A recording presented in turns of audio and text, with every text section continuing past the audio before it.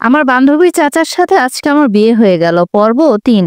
আর বলছে, জানিস আজকে চাচু তোকে দেখলে একদম পাগল হয়ে যাবে। তুই সবসময় আমার প্রশংসা একটু বেশিই করিস। আমিও তো আহামরি কিছু না। তখনই রুনা বেগম রুমে ঢুকে বললেন, এখানে এক মগ দুধ আছে, এটা তুমি এখনই খেয়ে নাও বৌমা। চাচিমা, আমার দুধ তেমন পছন্দ না। এভাবে বললে হয় না মা, আজকে অন্তত পক্ষে খেয়ে নাও, এটাই নিয়ম। তোরে চুপচাপ দুধটা খেয়ে নিল। জান্নাত, তুমি চলে আসো, আমি জয়কে পাঠিয়ে দিচ্ছি। বলেই রুনা বেগম চলে গেলেন। দোস্ত, অল দ্য বেস্ট, টাটা। আজকে চাচু আমাকে আর দেখতে যাবে না, হা হা হা। তুই থাক, যাস না, আমি আসছি, বাই বাই। বলেই জান্নাত চলে গেল। তোর এবার চারপাশে নজর দিয়ে রুমটা দেখতে শুরু করলো। প্রথমে চোখে পড়ে সোনালি ঝাড়বাতির নরম আলো। সেই আলোয় পুরো ঘরটা যেন রাজপ্রাসাদের মতো ঝলমল করছে। মাঝখানে রাখা বিশাল কিং সাইজ বেড, সাদা সিল্কের চাদরে মোড়া, তার উপরে ছড়িয়ে আছে লাল গোলাপের পাপড়ি। চারদিকে ক্যানোপির জাল দুলছে বাতাসে, যা ঘরটাকে আরো রহস্যময় আর রোমান্টিক করে তুলেছে। মেঝেতে নরম পার্সিয়ান কার্পেট, দেয়ালে হালকা কারুকাজ, আর জানালায় গাঢ় মেরুন শাটিনের পর্দা। একপাশে ছোট টেবিলে ফল সাজানো। সব মিলে ঘরটা যেন এক অভিজাত স্বপ্নপুরী, যেখানে সৌন্দর্যের সঙ্গে মিশে আছে রাজকীয় মর্যাদার আবেশ।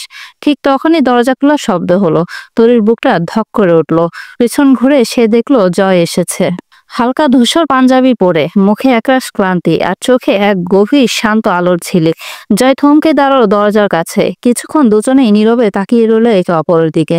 মুহূর্তটা যেন থেমে গেল। বাতাসে মিশে থাকা গোলাপের গন্ধ, হালকা ঝিঝি পোকার ডাক, আর সেই নরম আলোয় দুজনের ছায়া মিলে তৈরি করলো এক অদ্ভুত আবেশ। আসবো? জয়ের কণ্ঠে অচেনা এক কোমলতা। ঘরে এক মুহূর্তে নীরবতা নেমে এলো। বাইরে বাতাসে জানালার পর্দা দুলে উঠছে। কেনোপির জালটা হালকা নড়ে উঠল। গোলাপের পাপড়িগুলো যেন দমকা হাওয়ায় ফিসফিস করছে।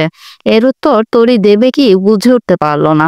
ঘর তো তারই, সবকিছুই তার। জয়কে দেখা মাত্র চোখ নামিয়ে নিল সে। জয় মুচকি হেসে দরজাটা আস্তে করে বন্ধ করে দিল। দরজার শব্দে তরির শরীর হালকা কেঁপে উঠল। জয় তার সামনে এসে দাঁড়াতেই তরি নিচু হয়ে সালাম করতে গেলে জয় এক পা পিছিয়ে যায়। কি করছো এগুলো? আমার পছন্দ না। চাচিমা বলেছিলেন সালাম করতে হয়, এটা নাকি নিয়ম। এটা আমাদের ইসলামে নেই, তাই নিয়মও না। যেটা আছে সেটাই করো, স্বামীর সেবা, তাতেই আমি খুশি।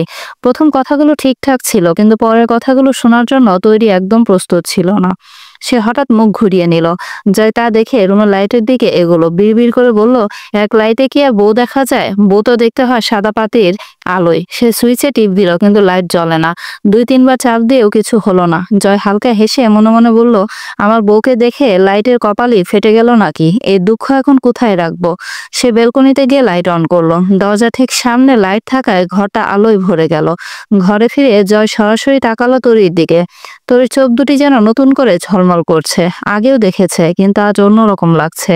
মায়াবী, স্নিগ্ধ আর অপার্থিব। তরি একটু অপ্রস্তুত হয়ে নড়েচড়ে উঠল। লজ্জায় তার মুখ লাল হয়ে গেল। জয়ের ঠোঁটে ফুটলো সে চেনা বাঁকা হাসি। সে ঠোঁট চেপে ধরে তাকালো লাইটের দিকে। লাইট নেই। তাকে এসে বুঝে ফেললো তার বন্ধুরা এসব করেছে। মনে মনে হাসলো, এরা এত ভালো কেন রে? জয় আলমারি খুলে দুটো প্যাকেট বের করে আনলো। একটা তরির দিকে বাড়িয়ে বলল, এখানে আমাদের দেনমোহরের ১০ লক্ষ টাকার মধ্যে ৩ লক্ষ টাকা নগদ আছে, আর বাকি ৭ লক্ষের একটা চেক আছে। যখন ইচ্ছা তুমি তুলে নিও। তরি অবাক হয়ে বলল, এত টাকা দিয়ে আমি কি করব?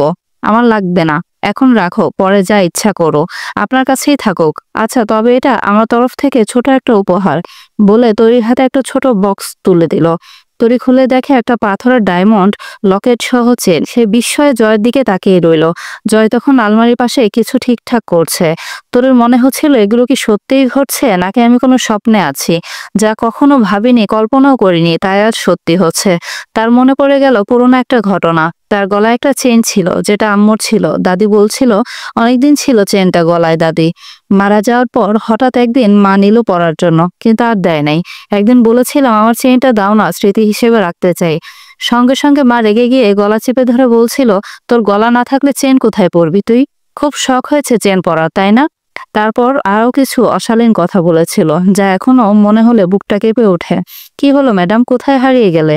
জয়ের কণ্ঠে ডাকে তরির চিন্তা জাল ছিঁড়ে গেল। তেমন কিছু না, এই চেনটা সবসময় পরে থাকবা। দাও, আমি পরিয়ে দেই। হ্যাঁ, আমি তোমাকে স্পর্শ করতে পারি? তৈরি কেঁপে উঠলো। কিছুক্ষণ নীরব থেকে ধীরে বলল, আমি একটু সময় চাইছিলাম। জয় হেসে উঠল।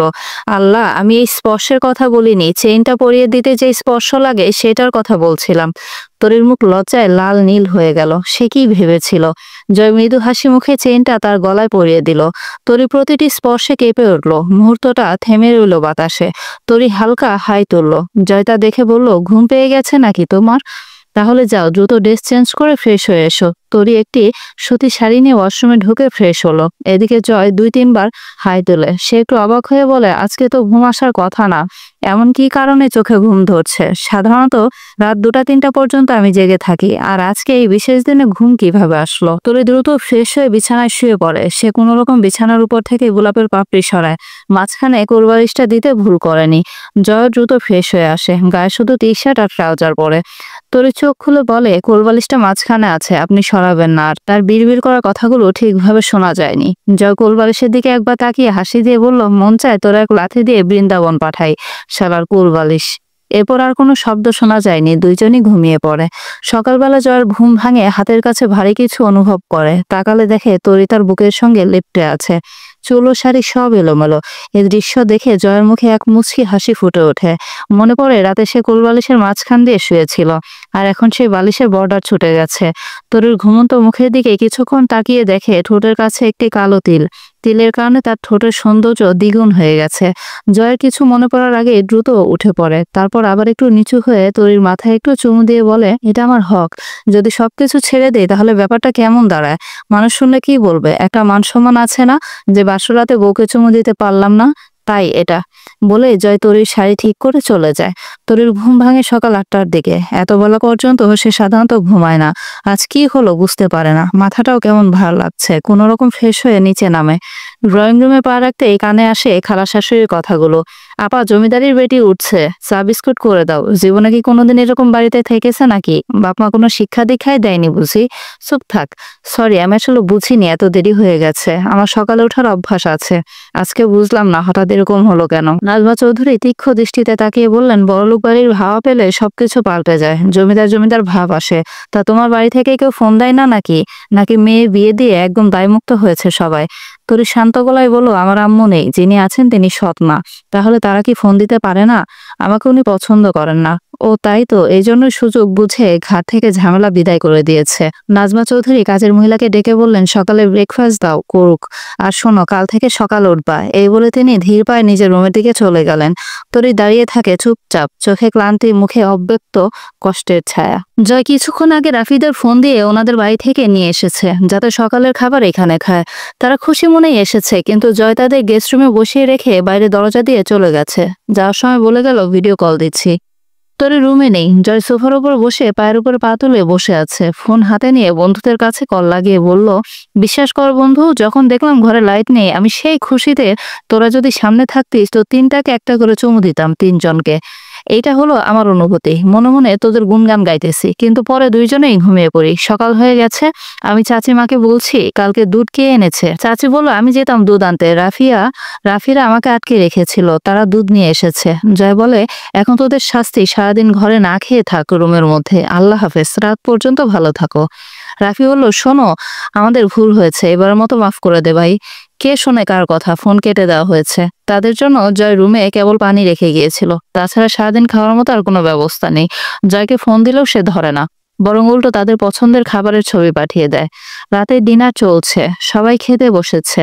আজকে যোগ দিয়েছে রাফি, হৃদয় আর রাসেল, যাদের জয় সকালে নিজেই নিয়ে এসেছে। তাদেরকে সারাদিন কিছু না খাবার দিয়ে এখন তাদের পছন্দ অনুযায়ী খাবার আয়োজন করছে। তরি জয়ের পাশে বসে আছে। কেউ খাওয়া শেষ করেছে, কেউ আবার লাজুক চুপচাপ খেতে খেতে হাসি চেপে ধরেছে।